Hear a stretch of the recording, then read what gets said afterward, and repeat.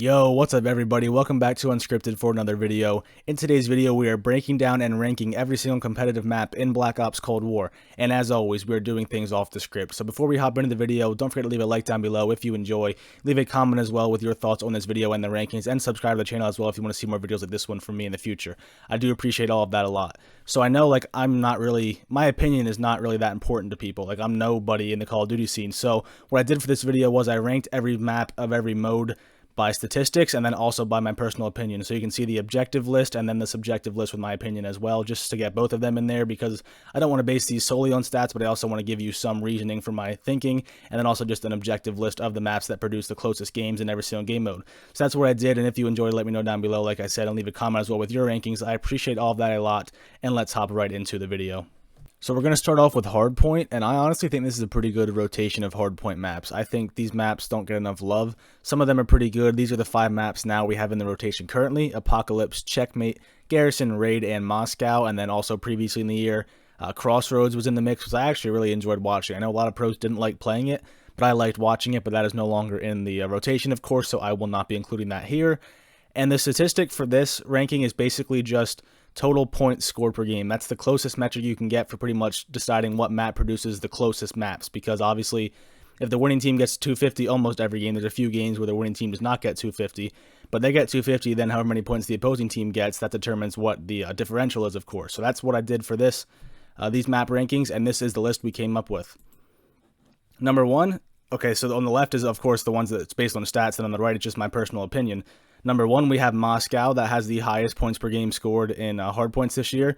A close second is actually Garrison, which kind of surprised me a little bit, but I can understand there's a lot of scrappy hills on Garrison, so can result in some close matches. There's also some money hills too, though, especially P2. Checkmate is number 3, very close to Garrison. Raid is number 4, and Apocalypse is number 5. So Raid didn't really surprise me because Raid is known a lot for having its money hills. Pretty much P2, P3, and P4 are all money hills, and they can all produce like big leads. So like if you can get all of the time on P2, scrap some P3, and then get all the time again on P4, like you're looking really good. You can get a big lead, so the losing team won't get as many points. So that sort of makes sense. Then Apocalypse down there at number 5. That's a scrappy one, so I'm kind of surprised it's that low, but I feel like there are a lot of blowouts on Apocalypse, so that kind of makes sense. I feel like there's a lot of teams that get like 120 point clubs in Apocalypse, so that is at the bottom. And then my personal rankings, I have Moscow at number 1 as well. That's like my favorite map from this game. I think Moscow is a very good map. I don't know what it is. I really like watching the battle for P2 spawns, you know, trying to fight through P1 to get to P2 spawns. And then also that rotation from P2 to P3, sort of seeing, you know, it's obviously a hard hill to break, but when it is broken, it's really fun to watch, whether teams are pushing through Esky side or they're going through middle or going all the way around through the library and the bank. Either way, it's really fun to watch. I love that. That's my favorite part of that map for sure. I do like Raid a lot. I think everybody loves Raid pretty much, like I was saying earlier, those money hills. I like how Raid sort of rewards smart play and rotations rather than just playing like a crackhead and trying to break everything at any chance you get. You know, you got to play smart to win on Raid, so I like that. I like Checkmate for number 3. I think that's just I think it's a good Hardpoint map. A lot of people don't like that map, especially for Control, and it was horrible in Search, but Hardpoint, I like it. I think the P1's always scrappy, the P3's always scrappy, but then P2 and P4 scrappy as well, but P2 and P5 are really the money hills on that map, so good P2 teams will often win a lot on Checkmate. That's really fun to watch. I like that hill. Seeing if teams can break it from the front, it's not easy, or go all the way around the back. It's just fun to watch. I like that map more than a lot of people do. Number 4, I have Garrison. I don't think it's a bad map, but there's really nothing that stands out for me either way. I think, you know, P2 is the hill to watch on that map, of course. That is the money hill. It's a scrappy map. There's a lot of scrappy hills. P1, P4, P5, I think I have them correct. Yeah, P3 is also kind of a money hill, but P4, P5, P1 are all sort of interesting, and there's a lot of scrap time in those. And then Apocalypse. I don't really hate Apocalypse. It's just not my favorite map to watch, but it's not bad. I just think P4 is really fun to watch, I think, and then P1, as teams try to fight for the P2 spawns, are fun, but you know, the 5th point and the 3rd points don't really do a lot for me. They're just sort of contest fest, and it's not one of my favorites, but I don't hate it either. It's just sort of there. So that is how I rank the Hardpoint maps based on the stats. Again, total points per game, and then also just my personal opinion when I view these maps. Moving on to Search and Destroy, you see the map rotation on screen. We have Express, Standoff, and Raid. I thought that's cool because over half of the Search and Destroy map rotation is actually maps from Black Ops 2. You know, a lot of remakes saving this game in some people's opinions. And then Miami and Moscow as well. So when I was thinking of what criteria to use to rank Search and Destroy, I was thinking, well, I don't think just the highest total number of rounds is a good way to rank Search and Destroy, because think back to like when Checkmate was in the rotation. We saw a lot of 6-4s and 6-5s on that map. But the reason for that was because it was really hard to win offenses. You know, a lot of times it was just trading defensive wins. Like sometimes it would go to round 11 and the defense would win every single round. So I don't think that makes a good search and destroy map. Personally, I think it should be, you know, pretty much a toss-up about which team can win each side. Offense should be able to win, but defense should be able to win too. You know, I think defense should be favored, but not by much. And that's how these rankings ended up working out. So what I did was I pretty much just used the differential in win percentage between offense and defensive rounds, and this is what I came up with. So at number 1, we had Express. There was a very small win differential percentage between offense and defense. I think it was like 49.5 compared to 51.5. Like whatever it was close. 50.5, I guess it would be. It was very close. Offense won at just a slightly smaller clip than defense. Moscow, same sort of thing. 1.7 win percentage differential between offensive rounds and defensive rounds. Raid, similar thing as well there, 1.82. But Raid was interesting because offense actually wins more on Raid, again, by a very slim margin. But still, it's good to see those 3 maps where it seems like either side can win any round. There's not a huge advantage or disadvantage whether you're on offense or defense. Standoff, there's a little bit of a gap, 7.36 win percentage differential. But the interesting here was that Standoff, it's offense, and it's by a lot. So Raid, the offense was favored or wins more rounds, but just barely. But in Standoff, it was like 53 to 46 or whatever it was. You know, I can't do the math in my head, but the offense had a pretty significant advantage so far in Standoff. And I know it's early. There's a small sample size in Standoff, and maybe that will shake out as we continue moving forward. But I thought that was interesting. That caught my eye a little bit. And then at the bottom is Miami by a wide margin, something like 57 to 43 in favor of the defense. So that, again, is an example of why I didn't use total rounds to determine the search and destroy map rankings, because there's a lot of rounds played in Miami. I think among these current 5 maps in the rotation, Miami's number 1 in terms of rounds per map. But again, the problem is because defense wins so often, so there's a lot of rounds being played, which makes for close games, but are they really that close if you kind of know which side's going to win each round going into it? So for that reason, I have Miami number 5, just because, or I didn't put them there. That's the stats put them there, and that's the reason for it, because defenses win a lot more than offense on Miami. And then on my subjective side, top 2 are the same actually as my Hardpoint rankings. I love watching Moscow Search. I could watch Toronto Ultra rotate back and forth, and they can just flip the map over and over again. I love watching their wraps. In like round 11, you know, the important moments, they always have some strats. But any team, I just like watching Moscow Search.